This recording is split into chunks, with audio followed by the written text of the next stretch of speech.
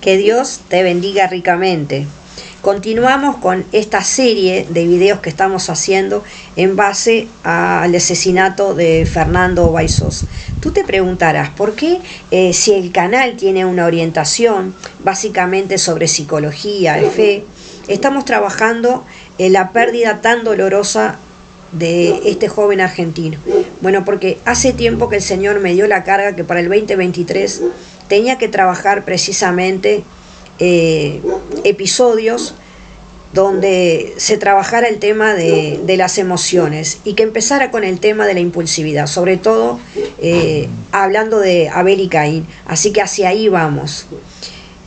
Hoy fue el día 12 del juicio y fue interesante todo lo que sucedió allí, porque nos encontramos con una serie de papás que tienen que presentarse a pedido de la defensa para hablar de sus hijos. Obviamente, al ser padres de los imputados, por ley no están obligados a hablar en contra de sus hijos. Así que lo que ellos llevaron fue la historia de que lo que estos jóvenes eran antes del episodio.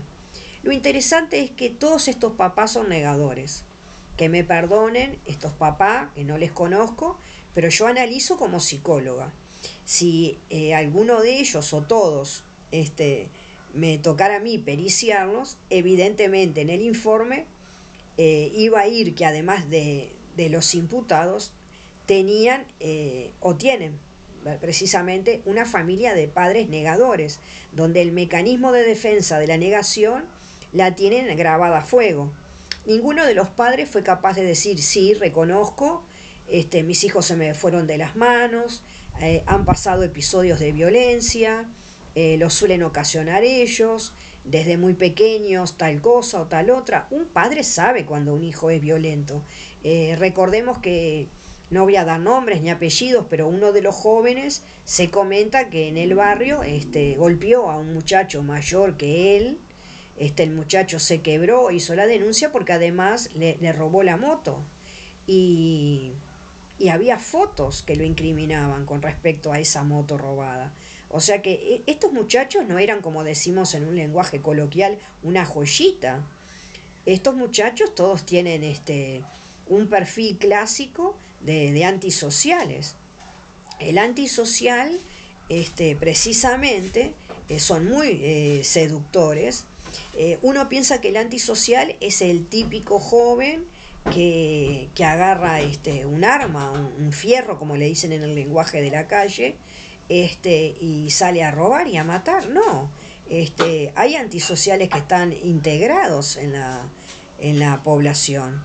Llevan una vida, se pueden casar, tener hijos, tener una profesión, y no dejan de ser antisociales, porque lo de antisocial no está vinculado al estrato socioeconómico, sino que está vinculado a una serie de mecanismos internos en su psiquismo que lo lleva a tener ese trastorno de personalidad.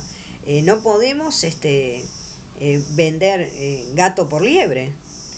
El tema es que yo me quedé asombrada porque una de las cosas que dijo un padre, no recuerdo los datos porque al no ser una ciudadana que estoy inmersa en el día a día de Argentina, no conozco todos los nombres de los papás, ni logro todavía asociarlos, excepto que con algunos más trascendentes, con sus hijos, ¿verdad? Entonces uno de los papás, yo me quedé asombrada, que lo que lamentó es que estos 3 años que ellos llevan adentro en prisión,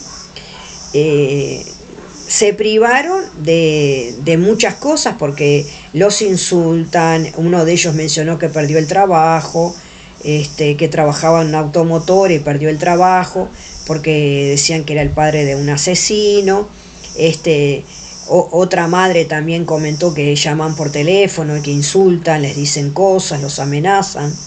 Pero en ningún momento hubo palabras de ningún padre de perdón mirando a los ojos hacia los padres de Fernando Baizós. En ningún momento ninguno de esas mamás ni de esos papás fueron capaces de decir: lamento muchísimo la pérdida de Fernando y que mi hijo haya estado involucrado en cualquier momento en esa trifulca que lo llevó a la muerte y que ocasionó la muerte de sus hijos. Yo me quedé paralizada cuando un papá mencionó que había sido tan grave la situación que hasta había tenido que salirse de las redes sociales.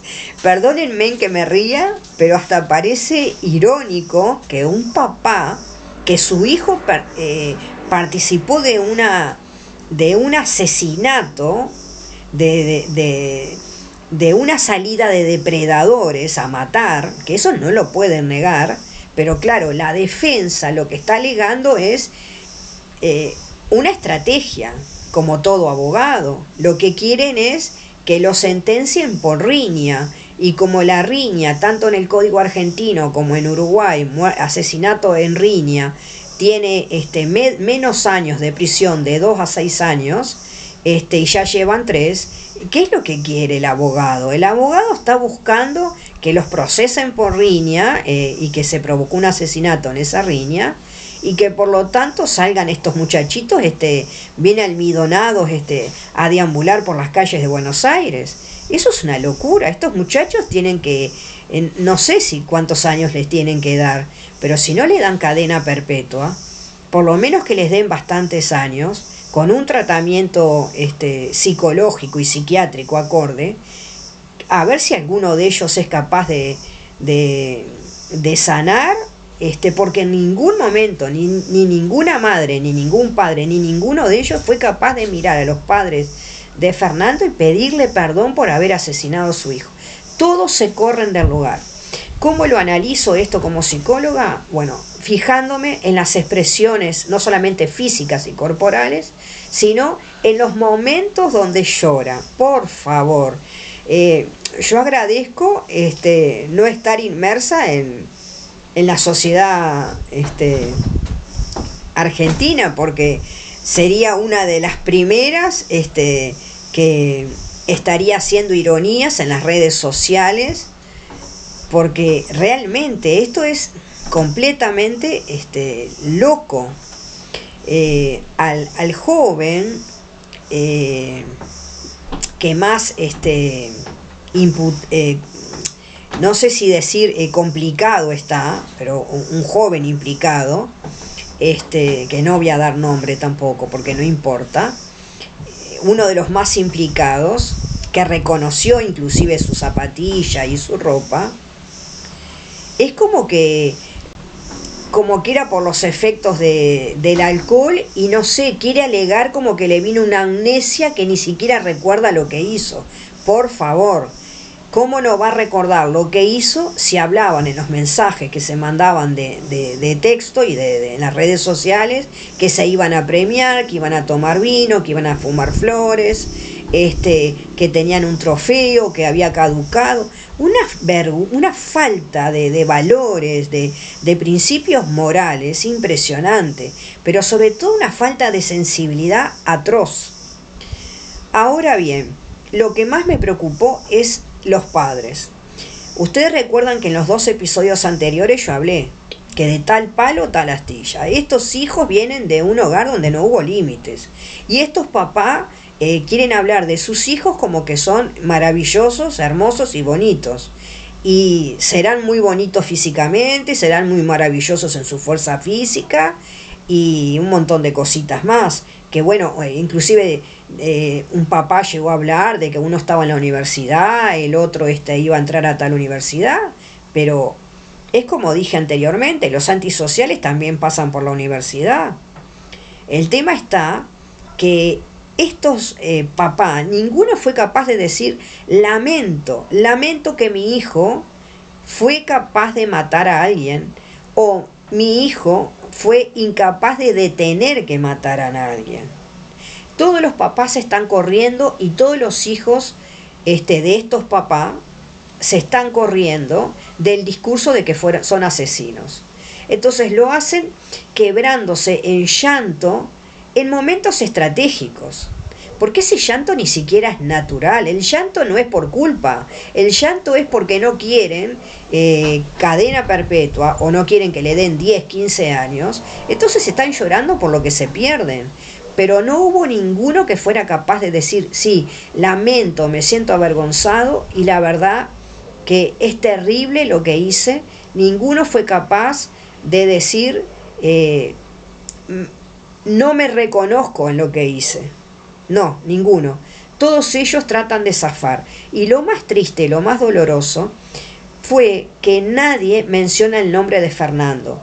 Hablan de Fernando como la víctima, el chico, y no lo mencionan. Ahora bien, por defecto profesional uno hace asociaciones. ¿Por qué no nombro? ¿Por qué Fernando es un innombrable? Esto me recuerda a mí a Michel Foucault.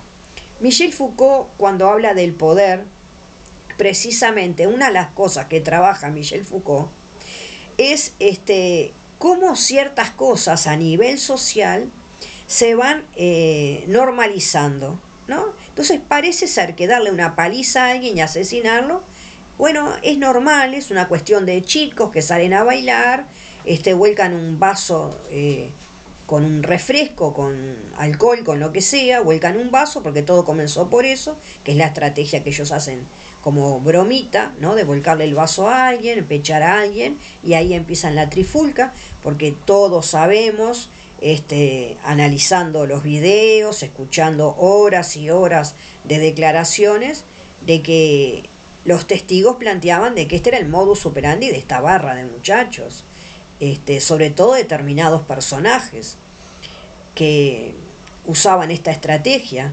provocar la pelea, porque ellos se sentían victoriosos, poderosos. Característica que estuvimos hablando de los psicópatas y los narcisistas, ¿no? Esta necesidad de sentirse poderosos y que nadie los va a parar. Entonces, qué interesante. Como les decía, no sé, hermanos amados, si esto es en base a defecto profesional o qué, pero soy una fanática de Michel Foucault. Mientras yo escuchaba, yo digo, acá está Foucault presente en este discurso de estos jóvenes, porque Fernando era innombrable, no se decía su nombre. Y una de las cosas que plantea Michel Foucault es que a nivel social, aquellas cosas que no se quieren ver, no se le da nombre, se convierten en un innombrable. Y si alguien lo nombra, a alguien se le escapa nombrar eso que en la sociedad no se suele nombrar, por ejemplo, tenemos un loco en la familia, porque ese es el lenguaje de muchas personas, en vez de decir tenemos en la familia alguien con, un ejemplo que pongo, ¿no? Tenemos en la familia alguien con esquizofrenia, o tenemos alguien con un episodio psicótico. ¿Qué es lo que dice la gente común? Los vecinos tienen un loco en la familia. Bueno, entonces en vez de hablar del loco, es innombrable, nadie menciona a ese familiar, se le extingue de la familia de alguna manera, se le silencia y eso queda a sottovoce, ¿verdad? En voz baja, nadie habla de ese pariente, tenemos uno, ¿verdad? Tenemos a alguien que está loco, ¿no? Cosas así. Entonces, Michel Foucault dice, en caso que se nombre aquello que es innombrable, se hace ilegal. Es decir, es muy común que digan, en esta casa no se dice eso, ¿no? Como por ejemplo pasa inclusive en muchas familias cristianas, que si los niños hacen preguntas sobre la sexualidad, en esta casa de eso no se habla. Entonces hacemos un innombrable y un ilegal hacer preguntas propias de la edad sobre la sexualidad, el origen de los niños, y cosas por el estilo, que es tan normal en el desarrollo del psiquismo de un niño de empezar a hacer esas preguntas. Pero en algunas familias es tan tabú que no solamente es innombrable, sino que es ilegal, es decir, está rotundamente prohibido. Y recordemos que uno de estos chicos mandó un mensaje que dijo, de esto no se habla, y hoy lo quiso, perdónenme la expresión coloquial, lo quiso adornar, diciendo que no, que eso era para que los papás no se enteraran, que le daba vergüenza. A ver, le da vergüenza que los papás, dice según el chico, el imputado, por haber matado a alguien, dice, no, yo dije eso, escribí eso en el chat porque me daba vergüenza que mi papá supiera. Ahora, que supiera que mataste a una persona, claro que te tiene que dar vergüenza, pero es lo primero que te tiene que dar. No solamente vergüenza, te tiene que horrorizar haber matado a alguien. Entonces se me vino a la cabeza Michel Foucault, porque está lo innombrable y lo ilegal, ¿no? De esto no hablamos, de esto no se habla. Y otro de los puntos que plantea Michel Foucault es que no solamente es innombrable e ilegal, sino que eso pertenece también a la gama de lo que está totalmente prohibido. Pertenece a la gama, y al ser innombrable e ilegal, es inexistente, es decir, no existe. Y esto es lo que han querido hacer al no decir el nombre de Fernando. Dicen la persona, la víctima o el chico, ese que está ahí, porque les muestran el video una y otra vez y ninguno de ellos precisamente se quiebra a ver el video. Se quiebran cuando tienen que declarar. Es que están sensibles porque saben que se acortan los días y que viene la sentencia. Entonces, esa es la característica de los antisociales, de los narcisistas y los psicopáticos precisamente, en que la falta de empatía, y ya lo dije en el video anterior que te lo recomiendo que veas, la falta de responsabilidad. Ser responsable, decimos en logoterapia, es la calidad de dar respuesta frente a algo. ¿Frente a qué? Frente a la vida, frente a Dios y frente a mí mismo. Estos chicos no dan respuesta de nada, no se hacen responsables de nada. Ellos lo que hacen es todo el tiempo escurrir el bulto, ¿verdad? No quieren hacerse cargo, siempre son los otros para afuera la cosa, y ese malestar, esa cosa que huele mal, ese mal olor que hay dentro de ellos, lo quieren poner afuera. Entonces, hace días que el Señor me puso esta carga.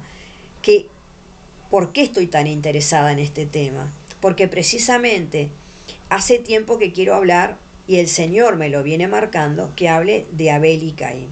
La situación de Abel y Caín a mí me lleva a asociarla directamente con este caso de la muerte de Fernando Bay Sosa, porque Caín y Abel eran hermanos, y de alguna manera todos los seres humanos somos hermanos, hermanos al pertenecer a una sociedad, hermanos al pertenecer a una comunidad de humanos.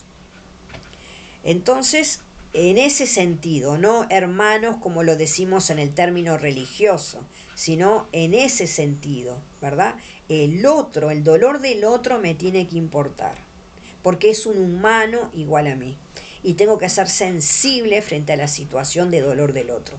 Por eso menciono y remenciono y hago énfasis en que ninguno de estos chicos fue capaz de pedir perdón a los padres, excepto precisamente uno de los jóvenes no imputados, que fue sobreseído en la causa, porque no se encontró motivo como para tenerlo más tiempo preso, si bien estuvo detenido algún tiempo, que hizo una carta y se la dio a los padres.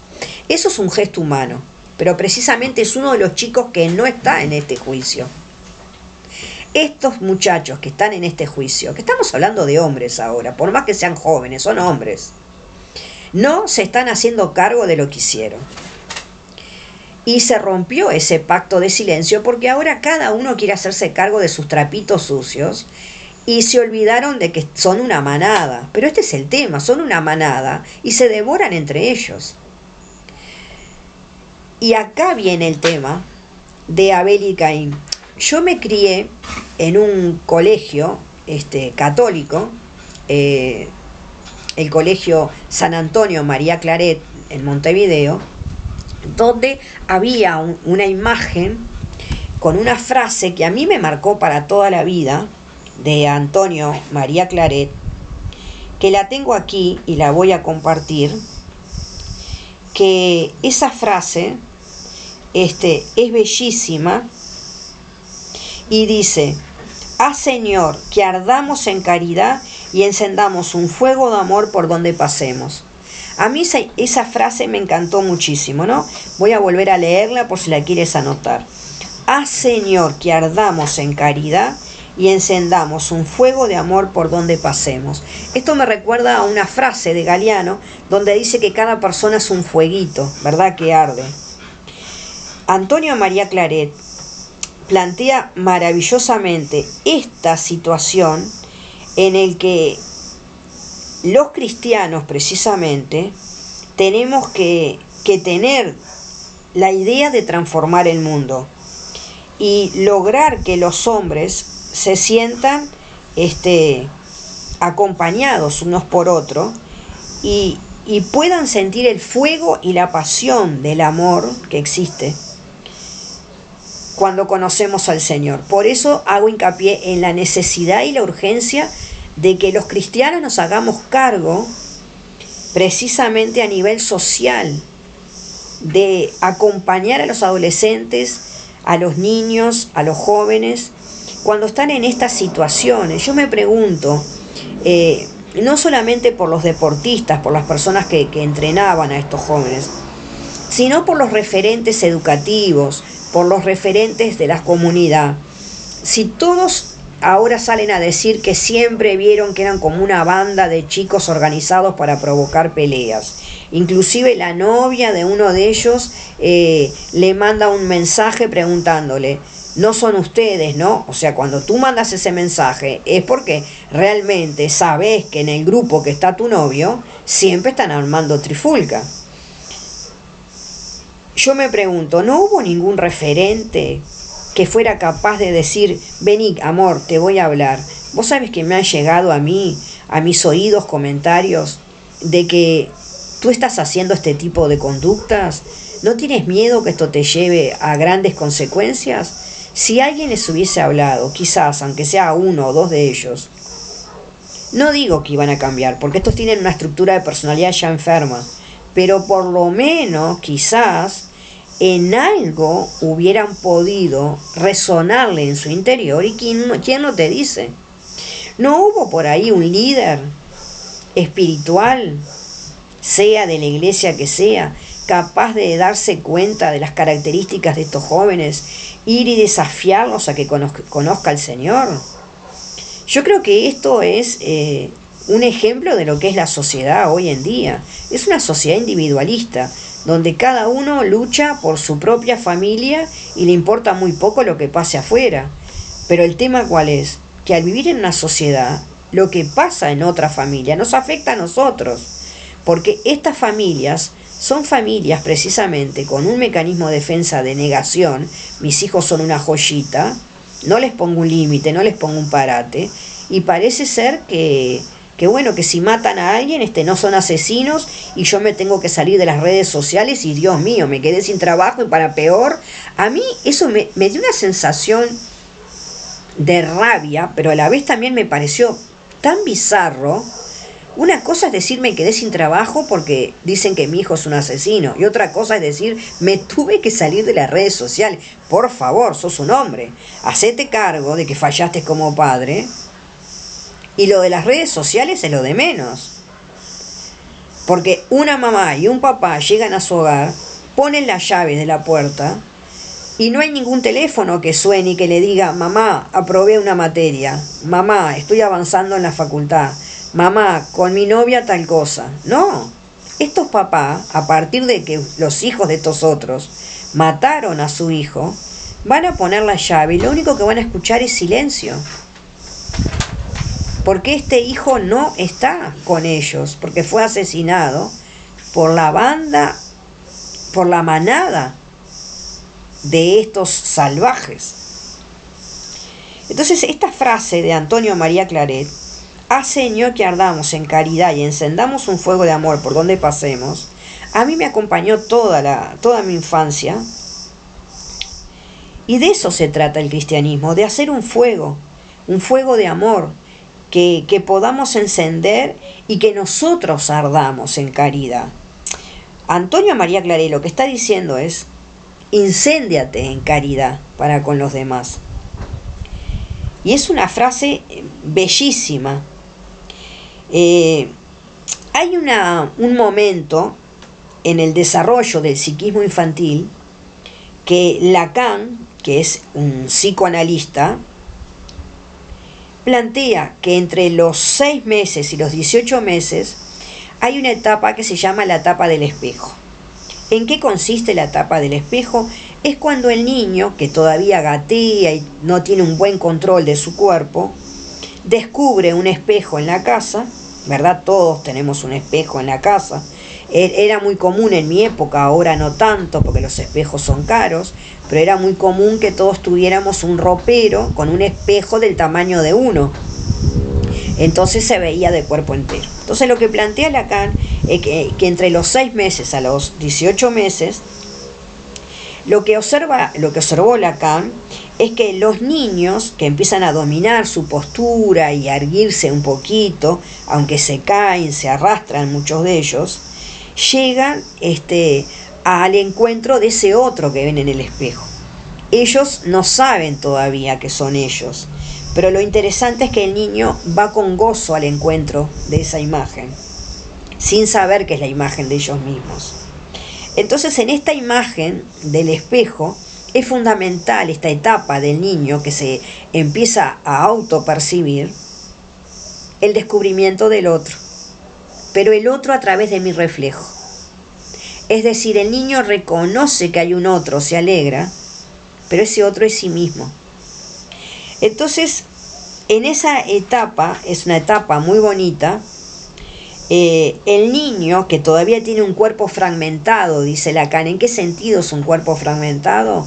En el sentido de que la mano todavía no la coordina bien con las piernitas, con los piecitos. Podemos ver que cuando se van a parar, mueven las piernitas de una manera muy particular, no logran equilibrarse bien.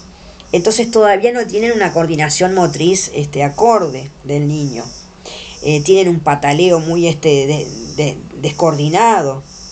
Entonces, pese a todo ese sacrificio que el niño hace para ir arrastrándose o gateando, el que ya sabe, porque recordemos que va hasta los 18 meses, al encuentro de ese otro, que es la imagen de sí mismo.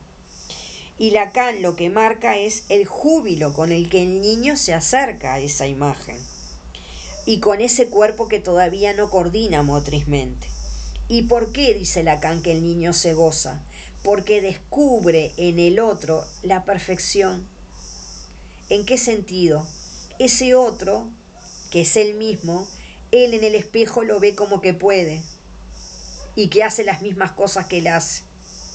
Pero él no lo ve como algo descoordinado. Él ve que el otro, que es él mismo, logra hacer posturas o se pone de alguna manera que a él le da gozo, porque el niño siente su cuerpo que todavía no lo maneja, pero al mirarse en el espejo él cree que el otro sí lo maneja, y por eso viene el júbilo, la alegría de encontrarme con un otro. Esta etapa del espejo es una etapa, podríamos decir, fundadora, de alguna manera, de una serie de identificaciones, ¿verdad?, que seguirán luego e irán constituyéndose en el yo del ser humano. Entonces, el yo del niño se estructura en base a una imagen especular del tipo narcisista. Soy yo el que me veo, pero creo que es un otro. Y qué gozo me da el encuentro con ese otro. Entonces, la alteridad, es decir, el encuentro con el otro, la alteridad, se constituye en una etapa primordial en esa imagen especular. Yo me gozo por descubrir a otro. Me gozo porque ese otro hace piruetas, hace cosas maravillosas. El bebé todavía no se da cuenta que es él. Esto pasa, tú sabes, también con chimpancés. Los chimpancés son los únicos primates que se miran en el espejo y saben que tienen esa imagen de darse cuenta que en realidad los que hacen monerías son ellos. Entonces esta imagen, o esta fase podríamos decir, del espejo, es una etapa fundante, podríamos decir, en torno a las identificaciones y al concepto de alteridad, al concepto de la presencia del otro.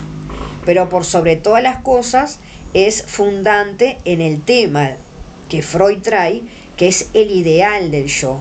El ideal del yo, es decir, el niño tiene un ideal de cómo él debería ser a través de esa imagen especular. Él idealiza que ese otro hace piruetas y hace cosas lindas. Podríamos decir monerías, ¿verdad? Como decimos, mira qué lindas monerías que hace el nene. En un término cariñoso, no faltándole el respeto, no pensando que es un monito, ¿verdad? Entonces, el niño siente gozo porque ese otro hace cosas asombrosas, que es el mismo, y se goza en eso.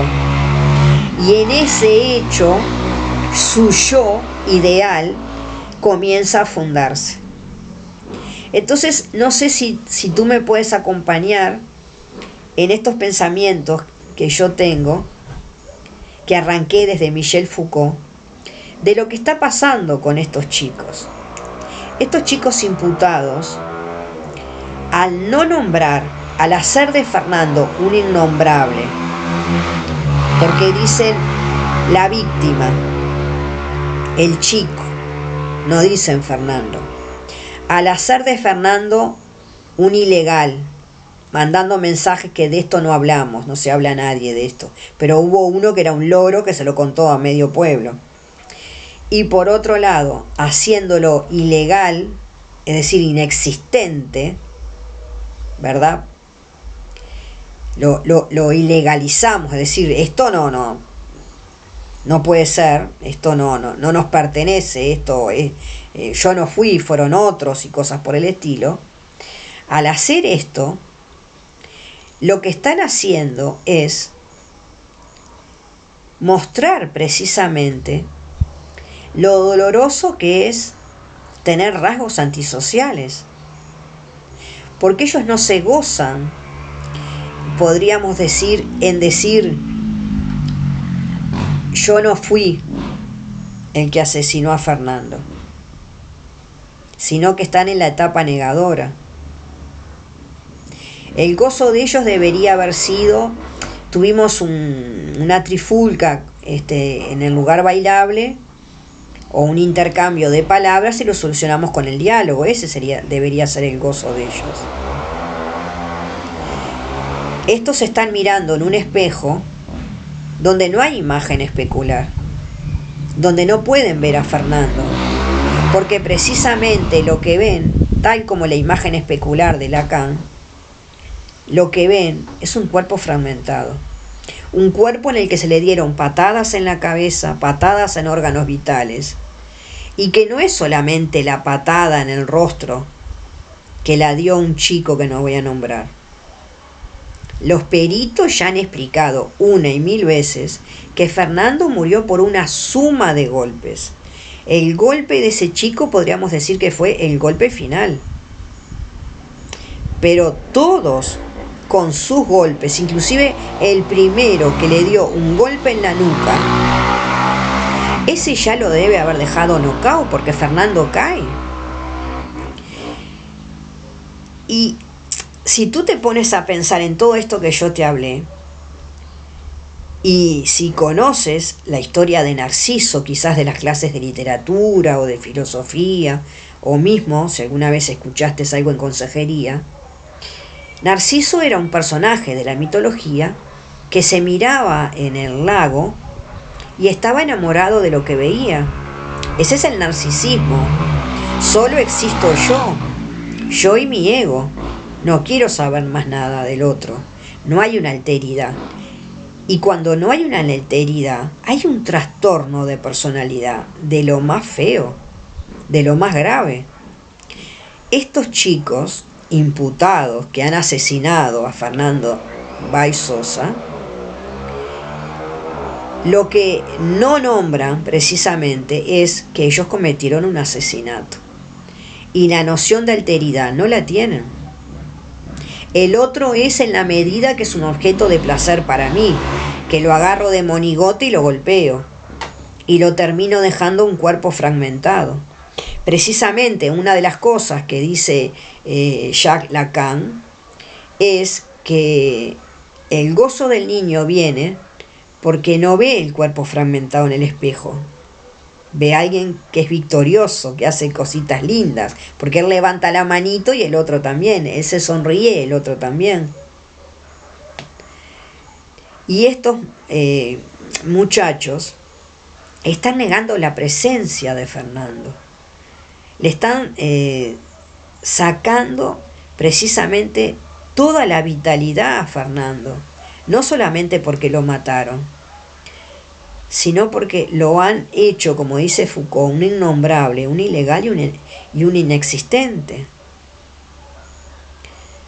Porque hablar de la víctima puede tener dos análisis desde el punto de vista psicológico.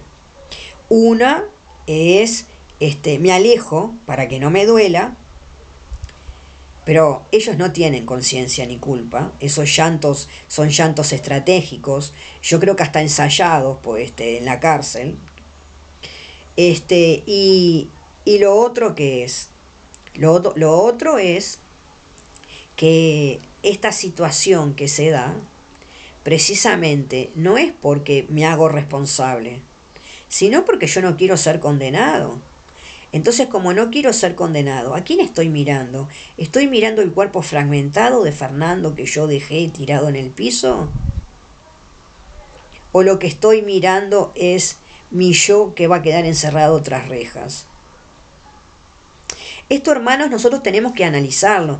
No podemos ver una noticia, aun cuando sea de otro país, porque yo estoy en Uruguay, aun cuando sea de otro país, no podemos ver una noticia y decir, no es de mi país, no me importa. Porque acá también ocurren crímenes, y en tu país seguramente también. Y como cristianos tenemos que estar alertas de estas situaciones y preguntarnos, ¿en qué estamos fallando los cristianos? ¿Qué estamos haciendo? ¿Estamos realmente, como decía Claret, provocando arder en caridad? ¿Estamos incendiando un fuego de amor por donde pasemos para que todos los demás reconozcan a Cristo? Porque la única salida es Cristo en la vida de estos muchachos. Ahora bien, yo he trabajado en el sistema penitenciario y te puedo asegurar que la mayoría de los delincuentes, cuando se va a predicar de Cristo en las iglesias, no asisten porque quieren conocer a Cristo. Asisten porque quieren una reducción de pena. No sé cómo es en Argentina, pero aquí en Uruguay, yo que trabajé en el Instituto Nacional de Criminología como voluntaria, vi que precisamente existe el régimen de que por tantos días de asistencia a actividades como la iglesia o actividades educativas o actividades laborales dentro de la cárcel, se te suman, podríamos decir, para descontarte días de pena. Entonces no seamos tampoco ingenuos de decir, hay muchos que están asistiendo. De los 40, 50 que pueden asistir, cuando van las diferentes pastorales ministeriales a las cárceles, se encuentran con esa cruda realidad, que muchos van para que les saquen años de condena, no porque quieran un encuentro con Cristo. Bendito sea Dios que hay gente que sí logra convertirse a Cristo y luego hasta se ha transformado en un modelo identificatorio capaz de demostrarle a los jóvenes que hay un cambio posible a través de Cristo.